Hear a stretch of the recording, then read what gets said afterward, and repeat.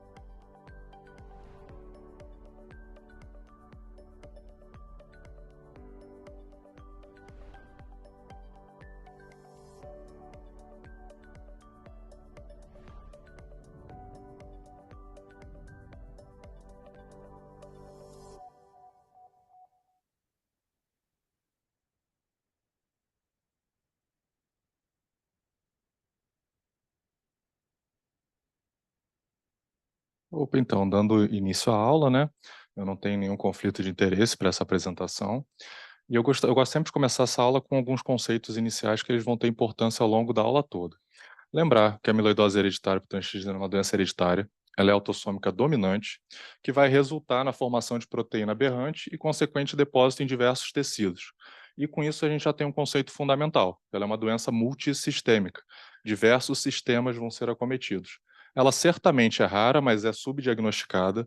O diagnóstico ocorre tardiamente na grande maioria dos casos, e a gente vai discutir isso mais à frente o porquê.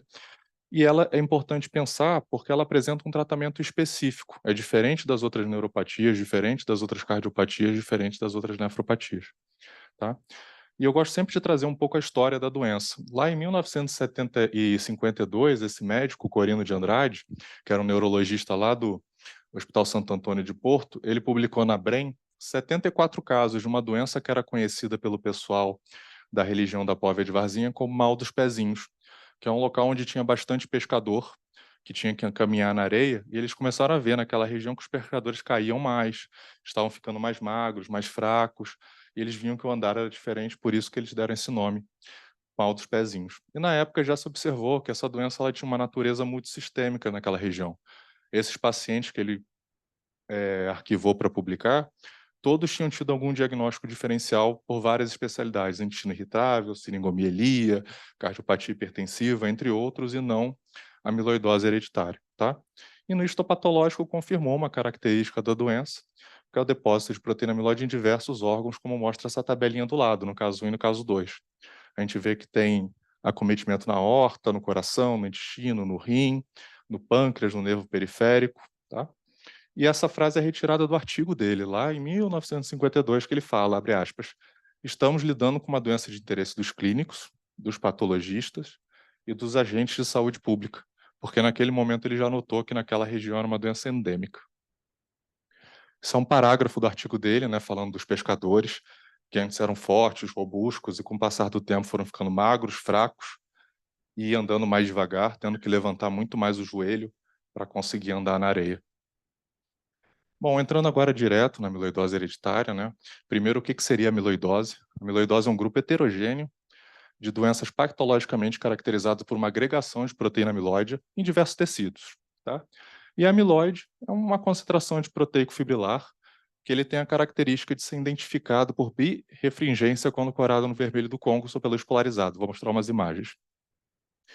Ela é uma doença grave e progressiva, o início é na vida adulta, e ocorre acometimento de vários órgãos, mas preferencialmente do nervo periférico, coração, rins e olhos. Tá? É causada por variantes nesse gene da TTR.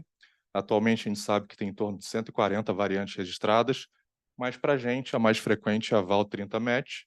Ela tem alta prevalência no consideradas áreas endêmicas, né, como Portugal, Brasil, Japão e Suécia. E esse dado é super interessante, que a penetrância da variante Val30-MET é de 91% aos 70 anos na corte portuguesa, que é a que tem interesse para a gente foi colonizado pelos portugueses. Bom, a TTR é uma proteína que normalmente é sintetizada pelo fígado, não só pelo fígado, é a camada pigmentar da retina, o plexo coroide, e ela transporta a tiroxina e o retinol em condições normais.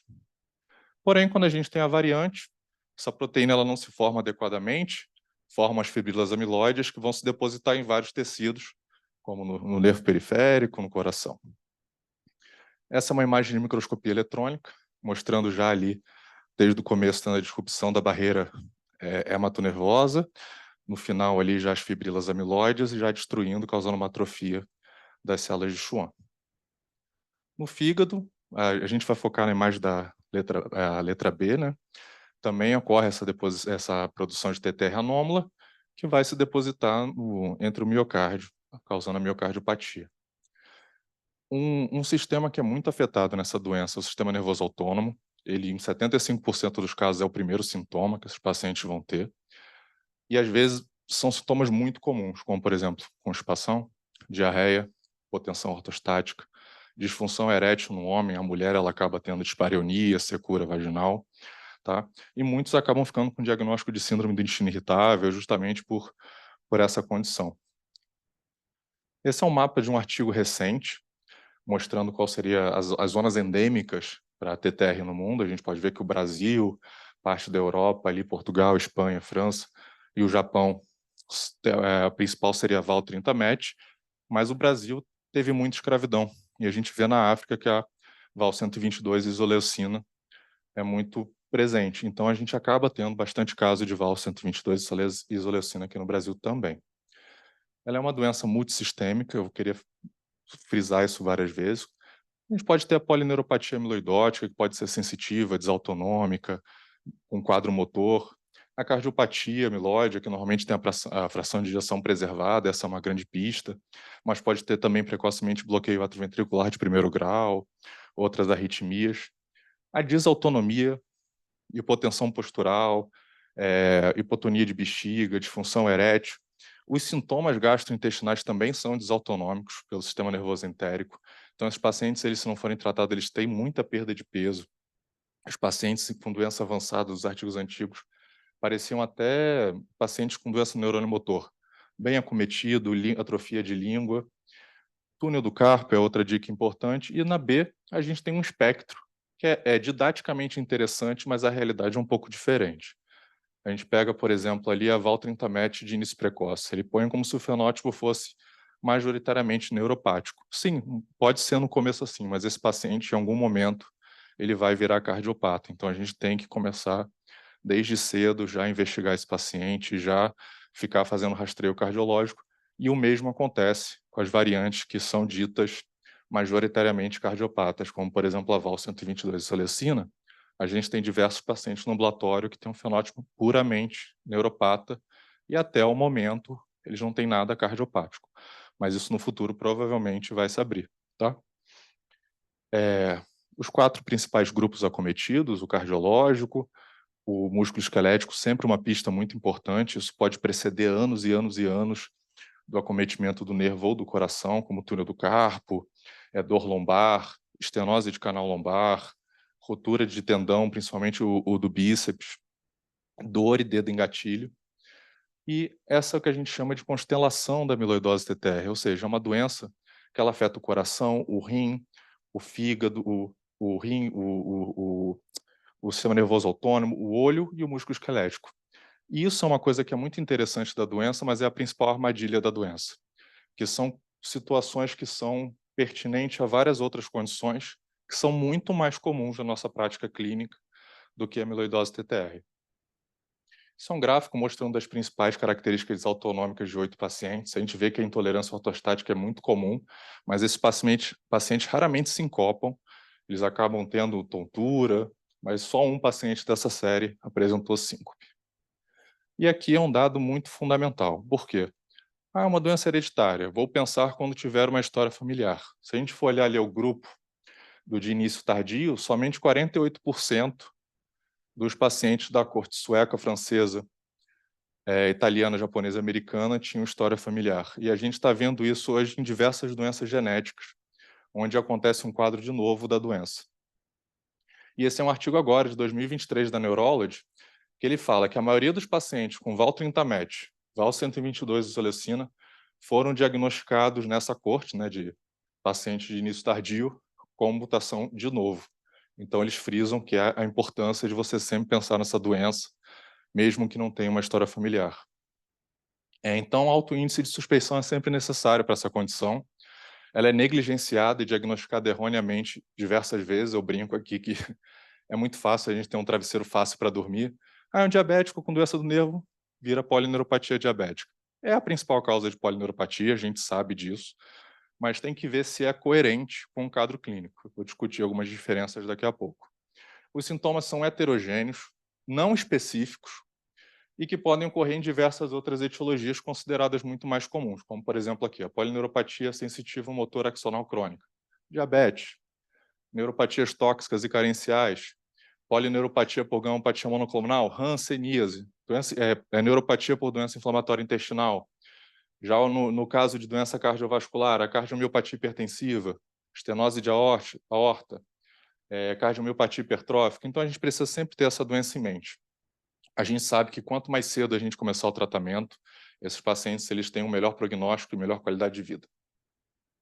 Então, aqui algumas condições que podem causar overlapping, né? Já citei algumas delas, mas na parte do coração a gente tem a insuficiência cardíaca com fração de ejeção preservada, cardiomiopatia hipertensiva, a estenose de aórtica, a miocardiopatia hipertrófica, a amiloidose de cadeia leve, entre outras, e aqui um diagnóstico muito importante da doença de Fabry. Também causa uma cardiopatia com fração de ejeção preservada, também causa uma neuropatia, também causa uma polineuropatia de fibra fina e também tem tratamento com a reposição enzimática, tá? É uma causa importante de transplante de rim subdiagnosticado. No quadro neurológico, a gente tem o CIDP, a gente tem a neuropatia periférica por paraproteinemia, as tóxicas, as metabólicas, o diabetes, o alcoólico, enfim, diversas outras doenças que é muito mais comum na prática clínica do que a TTR. E aqui a gente fala, né, de quando que seria legal suspeitar da TTR no âmbito de um paciente cardiológico. Um paciente com uma cardiopatia, com predomínio de uma cardiopatia do lado direito, paciente, principalmente se for homem, com uma cardiopatia com fração de ejeção preservada. Essa terceira aqui é uma pista importante, a intolerância dos inibidores da receptor de angiotensina, os BRAS e os beta-bloqueadores, esses pacientes eles costumam apresentar, tá? arritmias cardíacas não explicadas, problemas de condução ou necessidade de marca-passo. E eu gostaria de botar uma sugestão, que eu não vi nesse artigo, que é uma cardiopatia associada a uma polineuropatia axonal, ou desautonomia, tá?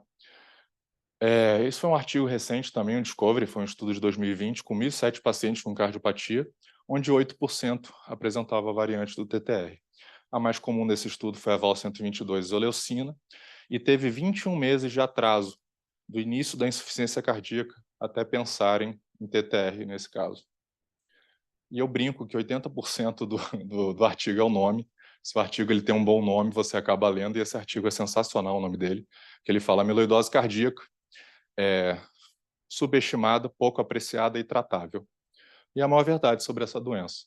Desde que a gente começou o ambulatório lá quarta-feira, eu achei que ia ser um ambulatório que ia ser super vazio, iam ter poucos pacientes com TTR, e hoje em dia os fellows estão pedindo para a gente diminuir, porque tem quarta-feira que chega famílias e famílias, porque a gente deixou o ambulatório porta aberta. Uma dica importante, um dos principais diagnósticos é a polineuropatia diabética, só que normalmente é um quadro onde a dor é leve, é um quadro muito mais sensitivo que motor, é um quadro que progride muito mais lentamente do que a polineuropatia pela amiloidótica, e normalmente é só distal, enquanto a neuropatia pelo TTR, a dor acaba sendo mais grave muitas vezes, a fraqueza motor é comum e progride muito mais rápido. Tanto que nós temos esses 3 estágios de Coutinho, bem simples, bem fácil. Estágio 1 é o paciente ambulante, estágio 2 é o ambulante com apoio, estágio 3 é o paciente que já está em cadeira de rodas. E aqui eu trago 6 fotos. Um é um pé edemaciado, o segundo ali, a doutora está tentando mostrar que tem uma fraqueza distal, mas você vê que o pé já é bem vermelho, bem desautonômico.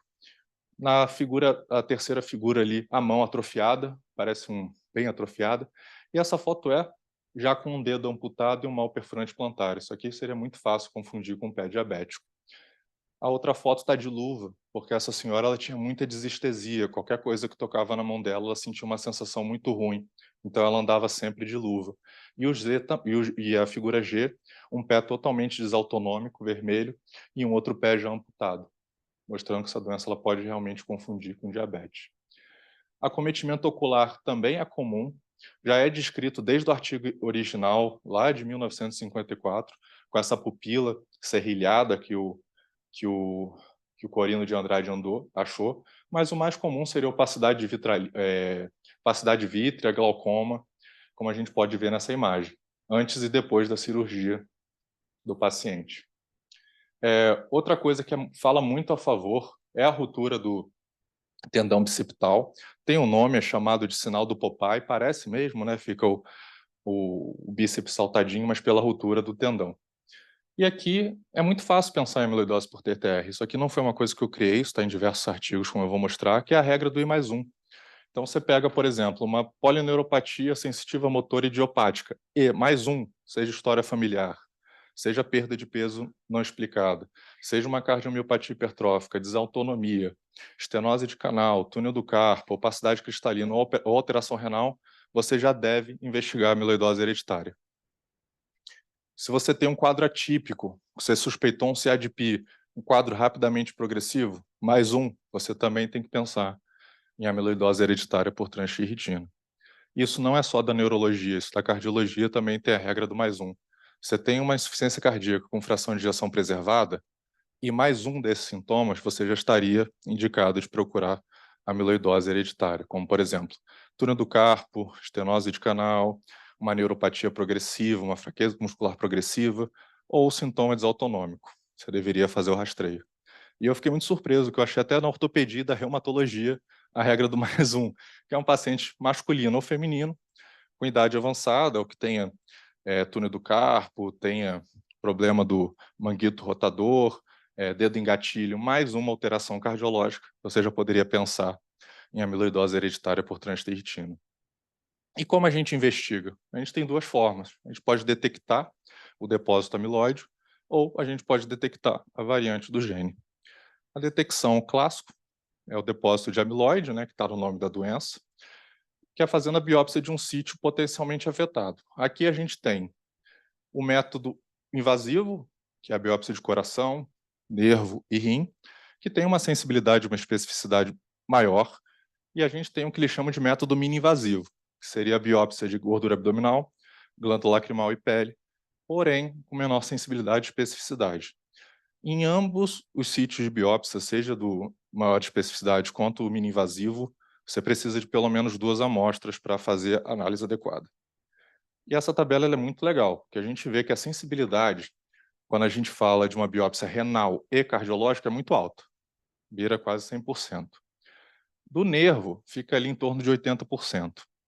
Agora, de gordura abdominal, fica entre 14% a 83%. Varia muito da expertise do centro que está fazendo essa biópsia. E a labial, a de glândula salivar, a sensibilidade é alta quando é início precoce. Aqueles pacientes já têm uma ampla história familiar e o quadro acabou ficando mais precoce com o passar do tempo.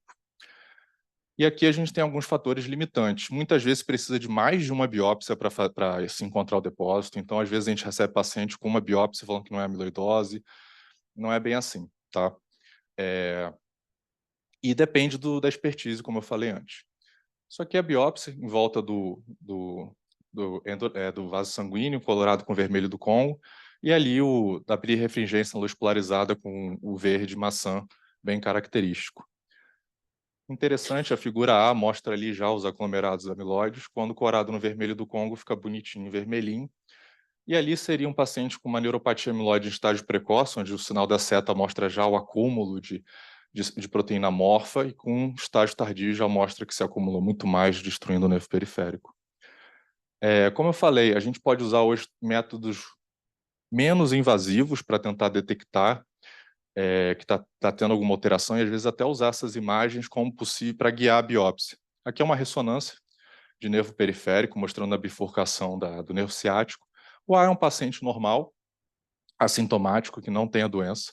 O B é um paciente que ele tem a variante, mas ele ainda é assintomático, mas já mostra que o nervo já tem uma captação de sinal e já está um pouco espessado. E o C é um paciente sintomático, mostrando que está uma importante captação de sinal e um maior espessamento. Isso pode ser usado também para guiar para um possível sítio de biópsia. Outra forma de ver o depósito de amiloide é a cintilografia com pirofosfato. É um método não invasivo, está sendo cada vez mais utilizado, só que ele vê a detecção de TTR. Isso pode ser a TTR selvagem ou a TTR hereditária, então a gente tem que sempre complementar com teste genético. E dependendo, pode até evitar que seja feita uma biópsia cardíaca. Interessante que a cintilografia ela pode identificar o depósito de amiloide antes da alteração no ecocardiograma e na ressonância cardíaca. Então, é um exame muito bom.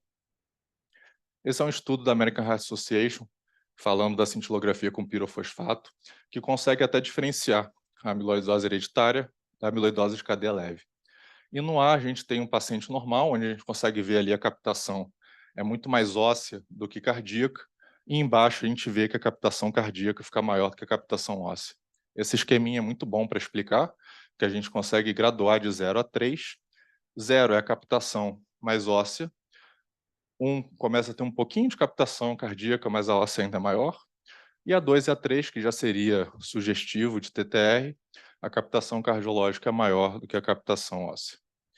Aqui é só para mostrar a combinação já de um paciente com uma biópsia de nervo, mostrando o coração vermelho para o Congo, e a cintilografia mostrando um grau 2, sugestivo de uma amiloidose hereditária. Esse paciente depois confirmou o diagnóstico com teste genético. E aqui eu gostaria de fazer uma provocação.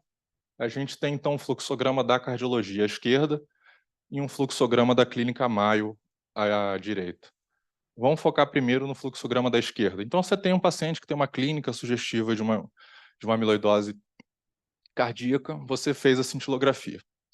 Achou uma captação grau 2 ou 3, e ele segue um fluxograma com: você tem que fazer a pesquisa de proteína gama-patia monoclonal. Se for presente, você tem que investigar essa gamopatia. Aí pode ser cadeia leve, enfim. Mesmo tendo aquele artigo falando que daria para diferenciar, mas mesmo assim tem uma porcentagem pequena que pode ocorrer. Só que, como eu falei, é uma doença sistêmica. Então, muitas vezes você vai pegar esse paciente, que nem a gente vê nessa figura, que é o paciente que é neuropata e é cardiopata. E o que a clínica Mayo fala se você encontrar uma polineuropatia com uma proteína monoclonal? Primeira parte do fluxograma. Tem outra causa dessa neuropatia? Sim, tratar. Então, Se a gente pega um paciente que tem a neuropatia e a cardiopatia, a neuropatia discorda, os neurologistas discordam dos cardiologistas em continuar essa investigação. Então, aqui fica uma discussão dos dois lados, que eles põem exatamente isso, que seria, se tivesse alguma outra causa para essa gamopatia monoclonal ser explicada, você já estaria, já deveria tratar e acompanhar aquela causa. A terceira parte seria a análise do gene, né? Fazer o sequenciamento do gene TTR. Hoje em dia tem vários jeitos de fazer, tem um sequenciamento do próprio gene, mas hoje em dia a gente tem usado, quando a gente não tem uma história familiar, a gente usa os painéis, que acaba pegando outras causas, outros diagnósticos diferenciais, como eu falei. Sempre checar o painel. A gente, às vezes, tem paciente com suspeita de doença de Fabry, mas eles não estão no painel de neuropatia, acaba estando no painel de cardiopatia, enfim, só checar os painéis. E acaba dando para fazer essa correlação. Eu tenho um paciente com VAL 122 de salicina, talvez ele vai ter um fenótipo cardiológico mais precoce, mas tem que acompanhar também o nervo e vice-versa. E esse artigo é um artigo de uma região não endêmica, que ele conclui que, com a maior disponibilidade e acessibilidade dos testes genéticos, observou-se um aumento do diagnóstico de amiloidose TTR em países não endêmicos. Ou seja, a conclusão é que é uma doença de preocupação mundial e não somente nas áreas endêmicas, como entendido no passado. Esse é um fluxograma um pouco antigo, da Lancet de 2011, mas ele passa uma mensagem muito importante, que ele fala: pacientes de área endêmica, com ou sem história familiar, com a clínica sugestiva, você não precisa da biópsia, se você tiver um teste genético confirmando o diagnóstico. Porém, se você tiver um paciente de uma área não endêmica, mas a clínica for sugestiva, eles aconselhariam a biópsia. Nós somos de área endêmica.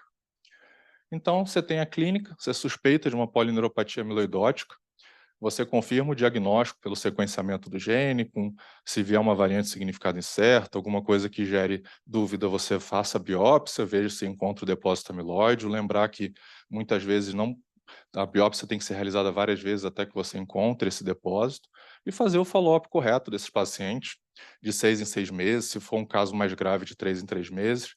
E a mensagem é sempre aquela: se o seu paciente ele tem um fenótipo neurológico, peça exames cardiológicos. Lá a gente pede NT-proBNP, pede ecocardiograma, eletrocardiograma para acompanhar. Começou a aparecer sintoma, a gente já encaminha para o cardiologista fazer o acompanhamento. Mesma coisa vale para o oftalmologista e o nefrologista. A Pfizer, ela oferece esse programa, né? Muitas vezes a gente não tem acesso à cintilografia ou o teste genético, é só entrar em contato que eles fornecem. E aqui é um caso clínico real do ambulatório nosso.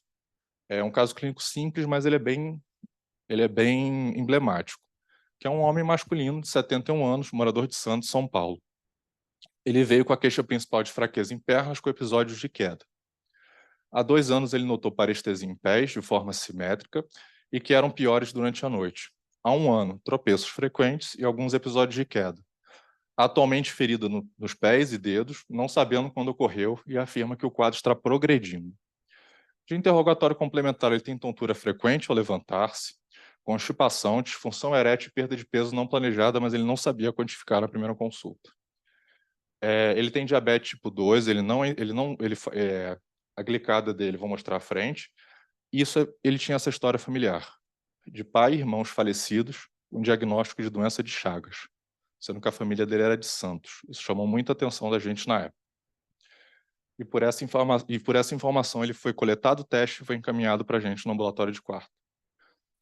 Ele tinha uma pressão arterial de 134/80 em pé, deitado, e em pé, após 3 minutos, caiu para 104/70. Ele tinha uma marcha cravante, uma ataxia sensitiva, ele tinha uma reflexia de Achilles e uma hiporreflexia dos demais reflexos ostendinosos. Ele tinha uma força grau 3 distal de membros inferiores e grau 4 distal de membros superiores, o resto era grau 5. Ele tinha apalestesia e anestesia distal de membros inferiores e hipopalestesia e hipoestesia distal de membros superiores. O que ele trouxe naquela primeira consulta foi uma glicemia de jejum de 132 miligramas por decilitro, uma glicada de 6,9, a vitamina B12 650, função renal normal. Ele tinha uma eletroforese de proteína sérica urinária dentro da normalidade, sorologias diversas para hepatite B, hepatite C, sífilis, tudo não reagente, um FAN não reagente e uma eletroneuramiografia com a polineuropatia sensitiva motora crônica axonal. Então, a gente ficou muito encucado na época com esse diagnóstico de doença de Chagas dele. Não tinha nada muito bem elaborado e, por isso, foi decidido coletar a testagem genética e esse paciente ele veio com uma VAL 30-MET. Provavelmente o irmão dele e o pai dele também eram portadores dessa doença. Fechando, é uma doença que ela é provavelmente subdiagnosticada em nosso país. A grande maioria desses pacientes eles acabam ficando na atenção básica. A gente entende que tem dificuldade já de fazer uma pesquisa adequada na atenção básica. São aqueles pacientes que têm uma cardiopatia, que acaba ficando como hipertensiva, uma neuropatia que vira uma neuropatia diabética, um paciente que tem uma cardiopatia, uma doença renal, aí vira síndrome cardiorrenal pela hipertensão. E devemos simplificar o raciocínio clínico, justamente para aumentar a suspeição. Como a gente viu, diversos sintomas que são pertinentes a outras doenças que são mais comuns, de fato são mais comuns que a TTR. Mas a gente sempre tem que ter ela em mente, porque ela tem um tratamento específico e a gente pode mudar o curso de vida daquela pessoa e da família dela. É uma doença que ela é autossômica dominante, então o aconselhamento familiar é super importante para isso, tá? E assim como já apontado no artigo original, é uma doença de interesse para diversas especialidades, não só o neurologista, não só o cardiologista, e também para a saúde pública, que é uma doença endêmica no nosso país, tá? Então é uma doença genética com tratamento específico e a gente sempre deve procurar causas tratáveis, tá bom? Agradeço muito o tempo de vocês, espero que eu tenha conseguido passar a mensagem para a gente simplificar justamente o raciocínio, como pensar nessa doença, porque é bem o que aquela regra do mais um fala. Muitos não vão vir. Você vai pesquisar, não vai vir, mas uma hora você vai fazer o diagnóstico e vai ajudar uma família. Tá bom? Obrigado, gente. Muito obrigado.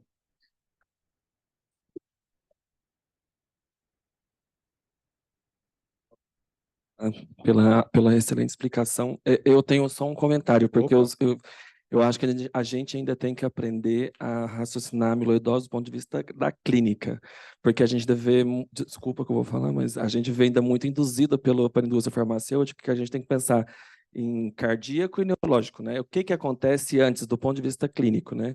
Porque lá no começo, quando esse paciente vai começar a ter sintomas inespecíficos, né, bem provavelmente às vezes nem é o mais comum ser TTR, evolução para polineuropatia ou cardiológico. Para isso, eu gostaria de convidar todo mundo também que está aqui. Eu não sei se vocês estão no grupo do hospital, mas a gente vai ter um encontro de amiloidose que a gente fazia aqui no 9 de julho, lá na FMUSP esse ano. E é uma colaboração que a gente tem com a França. Então, a professora Sophie Jorginho de lá vai trazer justamente a experiência que a França teve nesse contexto, né, no raciocínio clínico desde o começo, o que a gente tem que fazer de mais comum, o que é mais, o que a gente tem que investigar, será que a gente realmente precisa do sequenciamento genético naquele momento ali, ou será que a gente precisa de um acompanhamento clínico, como acompanhar, né, que eu acho que é o que a gente mais precisa nesse momento e até o momento ideal de intervir, de ter um diagnóstico genético específico para poder tentar realmente estabelecer o tratamento, que eu acho que, assim, não estou criticando, eu só estou falando realmente com observação até minha que eu vinha nesses últimos anos. E uma coisa até que aqui no hospital a gente tem disponível a biópsia de gordura periumbilical. É super tranquilo de fazer para nós aqui. A Roberta da Hemato, que é super ultra especialista em amiloidoses, né, já fez uma guerra praticamente com o pessoal da radiologia. Então, a gente faz 10 biópsias com a máquina e 10 aspirados também na mesma punção. Então, aumentou muito a sensibilidade diagnóstica da biópsia de gordura periumbilical. Então, a gente não tem, obviamente, um estudo nosso aqui, mas é o que a gente consegue fazer e funciona bem. De não invasivo, o convênio libera com facilidade, o pessoal da radiologia também já tem uma experiência bem tranquila e o pessoal da patologia também tem uma experiência bem legal. Todas elas são filtradas para a mesma pessoa, que é a Marcela da Dermato, então ela lê todas, então a gente sabe o que foi, o que não foi, então é uma opção legal, se vocês encontrarem e precisarem de diagnóstico, né? Só mais um outro comentário também, que a gente também tem a DASA genômica. Então, para solicitação de TTR não é complicado para nós dentro do hospital, nem no ambulatório. Não sei se vocês estão fazendo ambulatório também, né? Não, então dentro do hospital não é tão chato pedir. Porque se precisar, depois eu vou passar para a Flávia também o telefone da Aline, que é a concierge, Você entrega o pedido do sequenciamento na mão da Aline e ela se vira com o convênio de como pedir, essas coisas, tudinho. É só umas dicas, é porque a gente tem priorizando a utilização do sequenciamento via DASA para deixar os vouchers para locais onde não tem conseguido fazer. Tá bom? Vocês têm algumas perguntas? Obrigada pela aula. Acho que a gente tem mesmo uma dificuldade, porque é uma coisa que a gente foi vendo crescer o diagnóstico, né? Se a gente pegar anos atrás, o diagnóstico não era como é hoje, a gente não tinha todas esses mecanismos. Mas uma coisa que eu fiquei em dúvida aí na tua apresentação, para a gente falar, tudo bem, principalmente da neuropatia.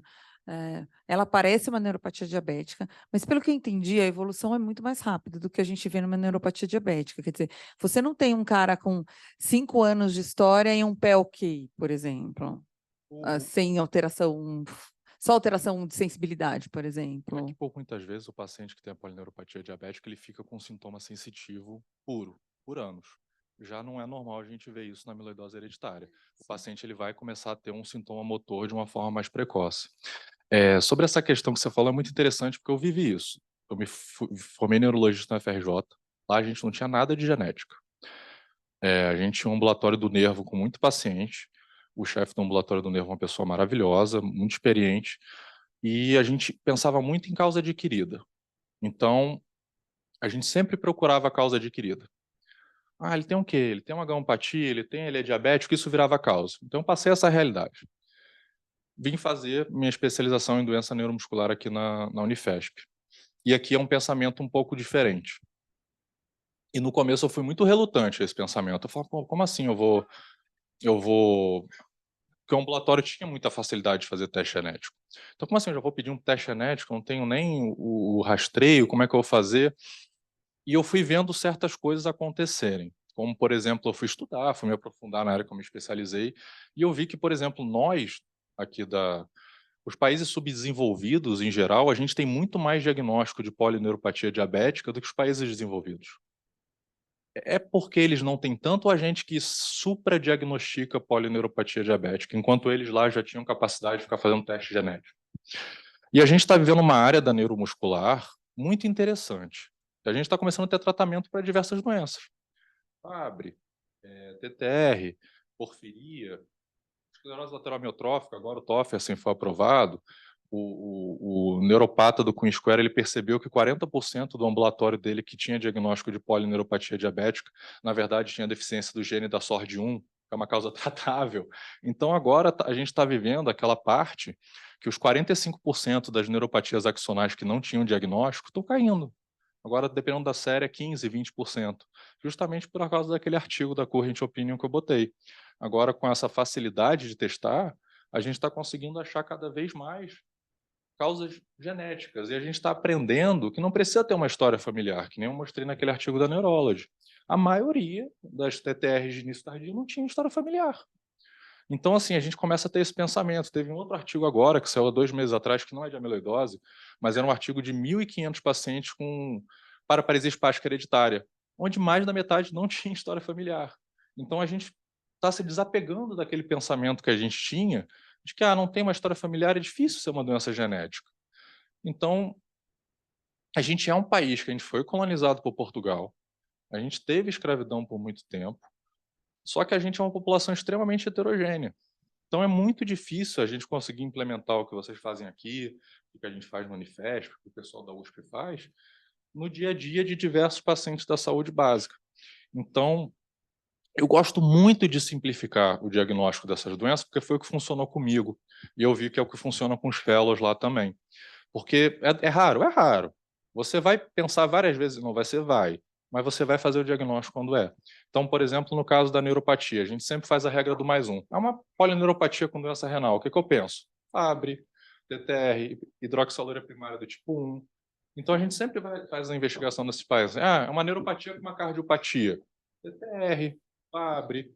Então, assim, eu gosto de facilitar o pensamento para essas doenças raras, porque a gente viu que fazendo isso aumenta o diagnóstico. Quando a gente fez isso com doença de Pompe, aumentou muito o diagnóstico no ambulatório. A gente parou de esperar aquele fenótipo completo para tentar pensar na doença. Então a gente começou a ter uma síndrome de cinturas. A gente investigava POMP, aumentou muito o diagnóstico de POMP. A gente começou a investigar mais as neuropatias com cardiopatias, a gente aumentou muito o diagnóstico de TTR. E a gente aprende com esses artigos que a gente vai vendo do pessoal que tem mais experiência, e eu acho que é isso, acho que a gente tem que simplificar sim o raciocínio nessas doenças. Claro, se a gente tiver condição, né, a gente os hospitais que têm condição de fazer isso, os centros de referência, mas eu acho que essa regra do +1 vale justamente por isso. Você tem, poxa, pode ser um neuropata, mas questiona. Quanto que está a glicada dele? Ele tem nefropatia? Ele tem retinopatia diabética? Olha, se não tem, difícil essa neuropatia ser do diabetes. Porque os 4 principais fatores de risco para essa neuropatia ser do diabética é uma doença de longa evolução, descontrolada e com lesão de órgão-alvo. Então você pega um cara que tem uma glicada de 7, está controlado e começou a ter neuropatia, poxa, será que é do diabetes mesmo? Será que não vale a pena investigar esse cara, ver se é alguma outra coisa? Porque hoje em dia estão surgindo essas diversas causas que são tratáveis. Então não é mais aquilo, vou dar o diagnóstico de uma doença bonita, mas a conduta não vai mudar. Hoje em dia você dá o diagnóstico e a conduta muda. Acho que esse é o ponto mais importante, né? A hora que você não tem tratamento, você ficar buscando Sim. muita gente é mais complicado. Você vai pensar, bom, vou ter um monte de negativo e quando eu tiver um positivo, eu vou parar aqui. Agora, o aparecimento dos tratamentos específicos para essas doenças, eles mudam muito o cenário, Com certeza. porque faz diferença você triar 50 pessoas se você vai conseguir tratar dessas 50 alguém que vai ter um benefício. Então, acho que esse olhar, ele é importante. E, de novo, queira ou não, a gente está num centro que a gente consegue fazer isso, né? E a Então, TTR, quando as outras doenças que eu tenho um baita de interesse, como por exemplo a porfiria, ela tem uma clínica que você olha e fala, isso é porfiria. A TTR não. A TTR ela é muito sutil. Então, como eu mostrei ali, diversas outras doenças vão confundir. Então, você tem que realmente ficar pensando. E a gente viu isso acontecer com várias doenças. A atrofia músculo-espinhal ninguém queria tratar. Aí surgiu o Spinraza. Agora tem vários centros especializados em AME.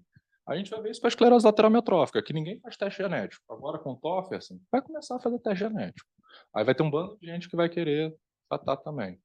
Então, assim, isso é a história das doenças, realmente. Quando você tem um tratamento a oferecer, você gera um interesse maior em estudar, em tentar diagnosticar, em tentar correr atrás para fazer o diagnóstico. Mas mesmo se não tivesse, ela já seria importante, só pelo aconselhamento genético de uma doença autossômica dominante que você tem muito a fazer para aquela família. Você explicar o que pode acontecer, você evita gastos de um bando de exame desnecessário que acabam indo fazendo com o tempo. Mas realmente, concordo com tudo que você falou, quando tem um tratamento muda, né? O médico se sente mais motivado a fazer aquele diagnóstico. acho que o médico até se sente motivado a fazer um diagnóstico bonito, mas muitas vezes o diagnóstico bonito sem muita coisa, nem sempre a recíproca é verdadeira. Você fala, vamos testar, fazer cintilografia, 10 biópsias na tua barriga e depois eu vou te dizer que você tem isso e tá bom, você vai viver com isso. É uma agulha que não eu sei. E na te... Mas Ela faz eu estou aumentando só para a gente, né? Que é isso, você vai fazer isso. Mas é que muitas vezes você vai fazer uma coisa e você vai fazer outra coisa, né? Uma coisa vai puxando a outra. Você tem uma coisa que é duvidosa, você tem um questionamento. E a gente tem uma população que o +1, ele é interessante, mas para a gente, em geriatria, o +1 é complicado, né? Porque assim, o paciente tem muitos motivos para ter uma cardiopatia, para ter uma arritmia, porque com 70 anos o sistema condutor tem alteração, e aí a gente vai falar das arritmias, e Marcelo, que está aí online, pode falar melhor. A gente tem vários motivos para ter as coisas, né? Não é? Você pega um cara com 40 anos que tem uma neuropatia e alguma coisa, é diferente. Você pega um cara com 70 anos que tem uma história de vida aí complicada, teve o etilismo durante a vida, então ele tem motivo, tem diabetes, hipertensão de longo prazo que não foi tratada, e ele vai ter uma IC que aos 70 anos é mais comum ela ser de fração de ejeção preservada. Então, você entra numa coisa que ele tem uma retinopatia, mas é diabético, ou é hipertensivo, ou tem uma catarata, mas ele tem 70 anos. Quem com 70 anos não tem alguma catarata? E é isso que fica mais complicado na hora que você... Isso, toma corticoide pra caramba, então, por outras doenças. Então,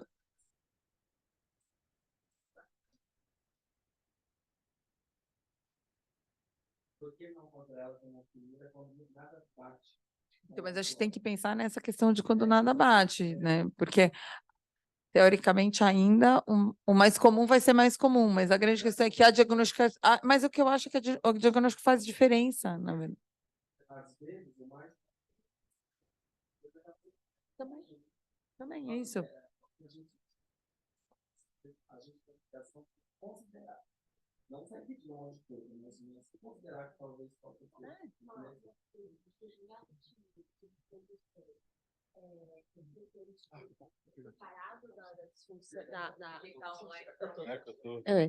A questão de distúrbio de condução, arritmia, é frequente vir junto ou separado da parte da insuficiência cardíaca? Olha, o que a gente faz lá? Lembrando que nós somos neurologistas, a gente está no ambulatório do nervo. A gente sempre, quando a gente faz o diagnóstico, a gente faz aquele rastreio que a gente mostrou lá. A gente pode NT, BNT, a gente pede eletrocardiograma, Holter, enfim. O que a gente vê muito é que vários pacientes têm um BAV de primeiro grau, e isso é descrito na literatura.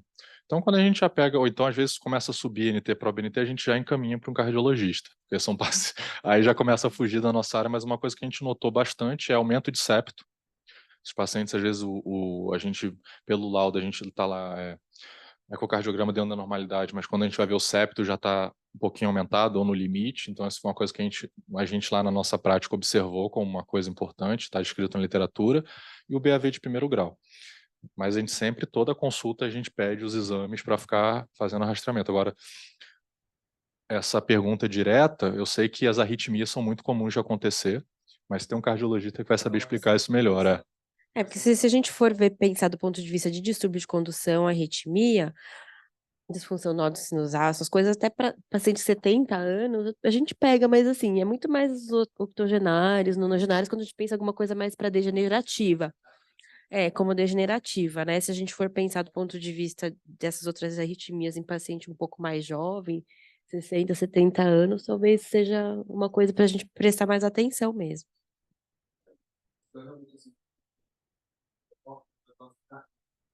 Não gosta de mas quando ele chega no movimento cardíaco, né, a arritmia geralmente é a última manifestação. Ele geralmente começa com uma alteração estrutural primeiro, para depois começar a alteração de uma disfunção. Você está TTR, é assim, Marcelo? Marcelo? Estão me ouvindo? Estou te ouvindo, pode falar. Você ouviu o que eu falei?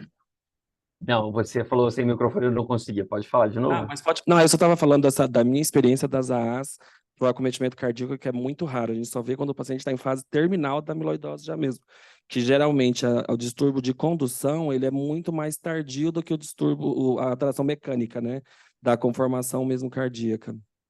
Eu não sei qual que é a visão da TTR, que o Marcelo vê bastante. Ele faz diagnóstico ecocardiográfico de quase todo mundo, né? Então, Paulo, parabéns aí pela aula, realmente muito, muito esclarecedora.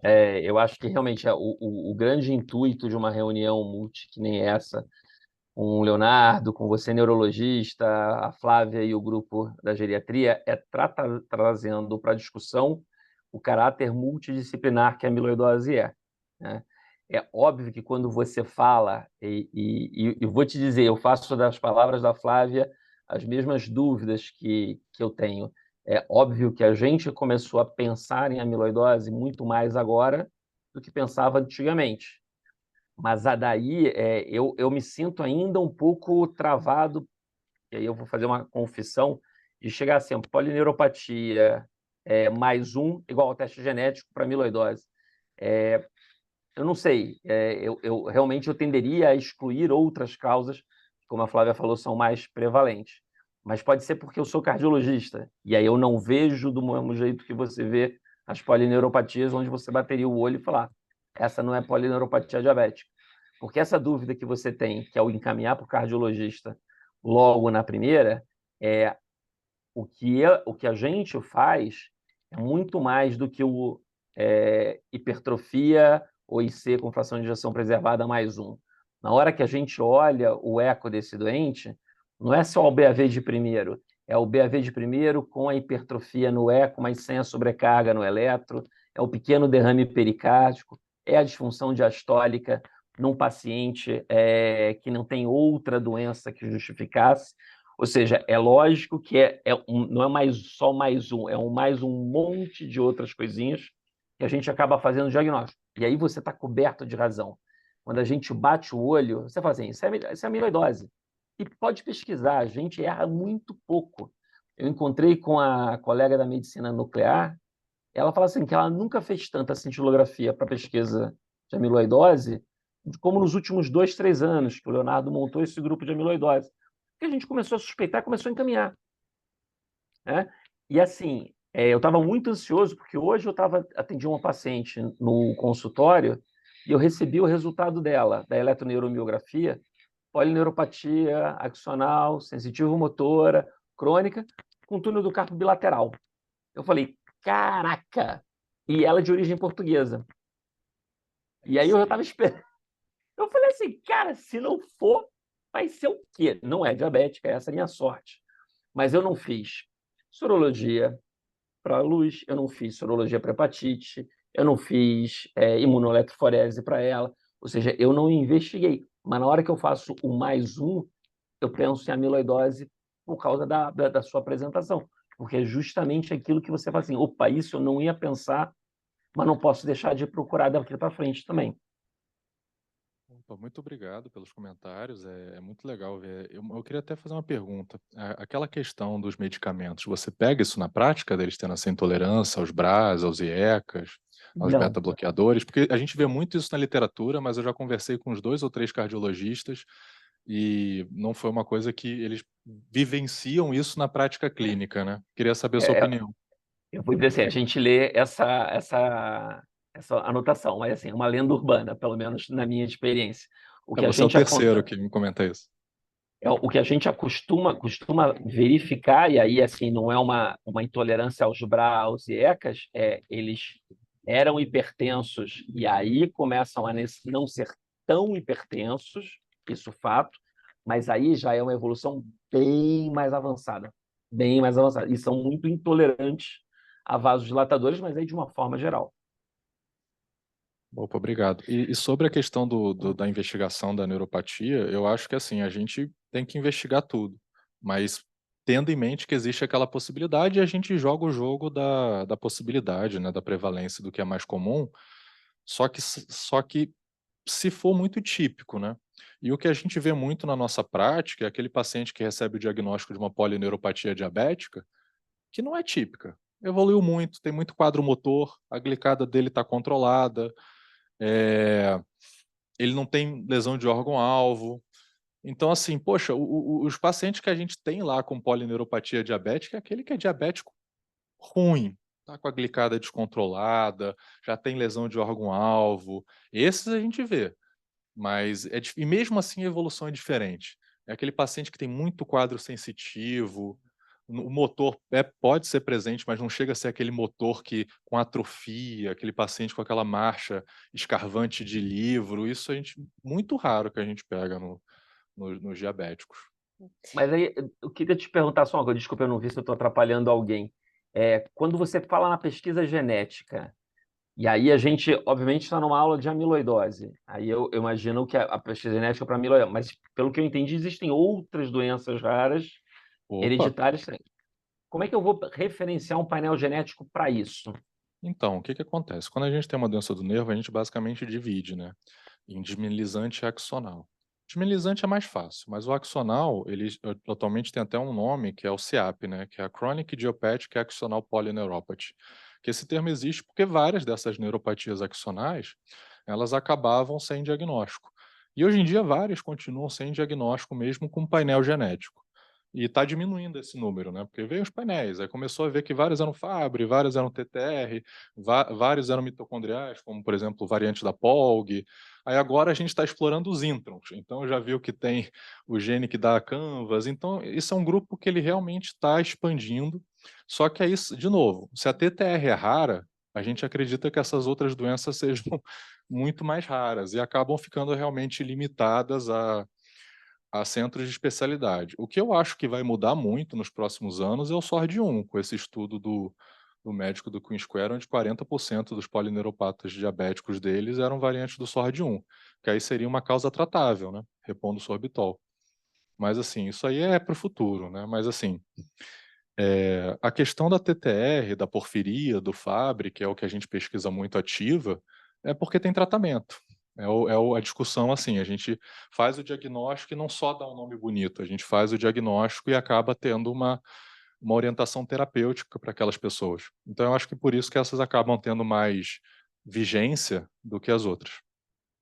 Posso fazer uma perguntinha Assim, assim? se você, aqui, Marcelo, se você pedir, digamos, você não sabe qual polineuropatia, nem se isso está envolvido só na polineuropatia, ou se também pode ter uma sequela de uma outra doença que, na verdade, não é neurológica, é pura. Então, você pode fazer lá, que você faz o pedido do sequenciamento aqui, solicita o exoma, que é o total, mas você pode pedir chama espelho, que é pedir para filtrar só algumas coisas, um painel neurológico, entendeu? Porque depois, se você precisar reler, porque você entendeu que você errou o seu diagnóstico, você fala assim, poxa, essa polineuropatia não era, na verdade, uma polineuropatia, era uma sequela de uma outra doença, de uma outra coisa, por não sei o que lá. Então, você pode pedir para ele expandir aquele espelho, entendeu? Anterior. Na verdade, a DASA já faz isso para todo o sequenciamento. Então, se você pedir um painel, ele vai fazer um exoma, mas ele vai ler só um pedaço. Ele já é um espelho, entendeu? Já está lá aberto o arquivo, porque é só o trabalho da pessoa ler. Então, é só você pedir para poder ela reler aquilo de novo. É só uma expansão do que você está fazendo. Agora, de fora, comercialmente, eu acho que o painel também que eles dão é um painel mesmo, é um kit fixo. Não vai ler tudo e vai... Depende também de onde você é feito. Eu não sei onde é que é feito, né? É Mendelix? Então, é painel com espelho. Quase todos hoje fazem assim, faz o exoma e lê só um espelho, entendeu? Então, se você pedir, mas é que acho que contratual, talvez tenha alguma coisa. Mas aqui, se precisar, você pode reler, pedir para expandir o negócio, tá bom? Uma pergunta em relação a essa parte de desautonomia e hipotensão postural. Quando que a gente pode pensar assim, do ponto de vista clínico, para a gente fazer alguma suspeição? Porque idoso a gente tem muito, né? Então, a desautonomia virou um xodozinho meu, porque quando eu fui fazer quando eu vim fazer minha especialização aqui, eu percebi que vários pacientes neuropatas tinham dor abdominal. Uhum. Variava na gravidade, né? Se a gente fosse pegar, por exemplo, porfírico, podia ter aquela dor abdominal muito grave que leva para emergência. Mas os amiloidóticos, por exemplo, eles têm bastante dor abdominal. A intensidade não chega a ser grave que nem o do porfírico, mas se você for conversar com eles, vários têm diagnóstico de intestino irritável. Porque eles ficam variando diarreia com constipação, eles têm uma dor ali que incomoda, que motiva eles a procurar. E quando a gente aprende neuropatia, lá na graduação, o básico, a gente aprende aquele padrão comprimento dependente, sendo que a maior parte do sistema nervoso periférico é o sistema entérico, que é bem maior. Então é muito comum esses pacientes, tanto no diabetes mesmo, quanto nas outras neuropatias, eles começarem com desautonomia. Agora, realmente, a desautonomia as pessoas sempre lembram no básico, né? Hipotensão postural e a impotência sexual. Mas tem mais coisa. Olho seco e boca seca pode ser desautonomia. Paciente que tem náusea, vômito, quando acaba de comer, pode ser uma gastroparesia, pode ser desautonomia. Diarreia e constipação, principalmente se forem alternantes, é uma desautonomia. Na mulher, a gente pensa sempre no homem, né? Mas a mulher, se ela tiver dispareunia, secura vaginal, isso pode ser desautonômico. Aquele paciente que faz edema no membro, principalmente quando tem alteração sudomotora, uma alteração vasomotora, isso pode ser desautonômico. Então, é um outro grupo, por exemplo, você tem que sempre juntar as peças, né? É aquela charge do elefante. Se você tampar o olho de todo mundo, cada um vai ver o elefante como uma coisa, mas você tem que tentar desvendar e tentar ver. Então, eu tenho um paciente neuropata, cardiopata, só que, poxa, ele é muito desautonômico, ele sua muito na mão quando não está suando, ele varia muito diarreia com constipação, ele tem um incômodo gastrointestinal que ele fala que às vezes dói, incomoda. Isso é para você levar em consideração para TTR, mas não só TTR, Fabry, entre as outras, mas principalmente as tratáveis. Então, assim, eu acho que a desautonomia ela é uma pista e ela é precoce, assim como as alterações musculoesqueléticas, elas acabam sendo precoces. É Uhum. que a desautonomia é o patinho feio, né? Ninguém quer pegar a desautonomia direito, assim, fica cada um jogando a desautonomia para um lado, mas na verdade é E, uma parte e muito esses, interessante. esses sintomas gastrointestinais também, eles são muito inespecíficos, né? Então, às vezes, se for logo, você falou que é mais precoce, né? Assim, se a gente for botar numa linha do tempo, então, assim, essas alterações neuromusculares, desautonomia, estão mais lá pro começo. Sim. Aí essa parte cardíaca, aí você Mas aí, pensaria uma coisa mais aí, tardia, mas aí depende também do do genótipo. genótipo. Então não Por facilita, exemplo, se né? você for ler a literatura, a Val 122, ela tem na literatura um fenótipo que é mais cardiológico, mas a gente não vê tanto isso. A gente vê muito paciente que é puramente neuropata. Que teoricamente é o mais frequente no Brasil, é aqui. Mas Entendeu? do Brasil, o Val 30, que seria O mais. que eu acho que a mensagem tem que ser entender que é uma doença multissistêmica. E que ela pode abrir neuropata, ela pode abrir abrir. cardiopata, e que você tem que investigar tudo. Se você pegou um que é um fenótipo é mais neuropata, investiga o coração, investiga o rim, investiga o olho. Você pegou um que o fenótipo é mais cardiopata, investiga os outros sistemas. Acho que a gente tem que entender o que vocês fazem muito bem, o pessoal da clínica e da geriatria, justamente ver o todo, né? Que às vezes a gente que é da neuro, da cardio, às vezes a gente fica ali no nosso nichinho e às vezes a gente esquece que tem que expandir. A Roberta hoje a gente fala, se você pega um paciente não neurológico, não cardiopata, naquele nível, síncope, constipação, naquele monte de coisa, né? Então pode ter qualquer coisa, né? O mais comum, se você vai vou investigar. Vou mandar pro Leonardo. Desculpa. Então, nesse limbo, né, que você vai fazer duas coisas básicas: dosagem de proteína amiloide A sérica, que é pensando que é a causa mais comum, que é a amiloidose AA, e uma eletroforese de proteína, só para ver se tem pico monoclonal, porque a segunda mais comum é a cadeia leve, né? Então, esses são os dois exames de triagem inicial, porque se ele não tiver ainda polineuropatia nem cardiopatia, você vai continuar naquele limbo durante muito tempo, né? E da história natural da AA, que é a mais comum, porque esses idosos vão tendo um monte de coisas pseudo-inflamatórias ao longo da vida, né? Mesmo assim, ainda vai ser a AA. Ele primeiro começa a ter depósito em gordura, por isso que a primeira biópsia que a gente faz geralmente é na gordura periumbilical, porque é o órgão de fixação dela, né? Depois ele começa a ter caquexia, por causa justamente do consumo da gordura. Depois ele começa a depositar no trato gastrointestinal, aí ele começa a ter desabsorção, com diarreia, aquele atornar trânsito, para depois grudar em linfonodo, fazer aquelas linfonodomegalias, para depois grudar no rim. Então, assim, é uma história longa e é bem diferente da história dos outros. Entendeu? Então, eu estava falando aqui agora, só uma brincadeira, que um dia seria bom sentar o pessoal da neuro, a gente, o pessoal da cardio, para poder entender como é que seria para poder fazer a história natural desse povo de novo, né? E é engraçado que essa questão que eu falo da dor abdominal ser meu xodozinho, sai um artigo, né? Quando a gente pensa muito nas coisas, acontece. Alguém vê antes de você, sempre. O pessoal da gastroenterologia americana, final do ano passado, eles pegaram um artigo sobre dor abdominal. E o pessoal foi genial. Eu não tenho outra palavra para aqueles gastroenterologistas, que eles pegaram 10.300 pacientes com dor abdominal, sem diagnóstico, ou seja, que não eram cirúrgicos e que não eram ginecológicos. E eles decidiram fazer rastreio para causa estranha. Então eles viram que desses, 23% tinham sintoma neurológico. Seja do nervo periférico, seja desautonômico, seja do sistema nervoso central. 23%, dava 2.300 alguma coisa. Aí eles decidiram ir mais a fundo, eles decidiram fazer um questionário, porque não tem como você examinar 10.300 pessoas, então eles fizeram um questionário para eles entrarem em contato. Esses 2%, e desses 2.300 e pouco, acho que 90% tinha ido pelo menos 2 vezes ao hospital naquele ano com um quadro de dor abdominal severa, com desautonomia, com neuropatia ou com alteração do sistema nervoso central. Aí entra a discussão. Nesse caso, a doença rara que eles usaram em questão foi um rastreio para porfiria. Mas, de novo, quantos pacientes com amiloidose têm dor abdominal? Quantos pacientes com Fabry têm dor abdominal?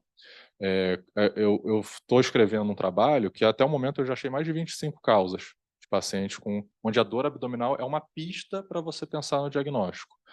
E o legal desse trabalho é que não é só para você pensar no diagnóstico. Desses, 6 têm tratamento. Então, assim, você pega aquele quadro, e eu brinco lá com os fellows, com os residentes, isso. O HDA, todo mundo faz bem. Todo mundo que se formou bem em medicina coleta a história da doença atual bem. Agora, o interrogatório complementar à história familiar, ali que está a brincadeira. Ali que você acaba diferenciando muita coisa boa ali. Aquela pessoa que tem uma desautonomia, aquela pessoa que já pode ter uma história familiar ali, talvez de uma nefropatia, de uma cardiopatia, e você começa a juntar as peças de um grande quebra-cabeça.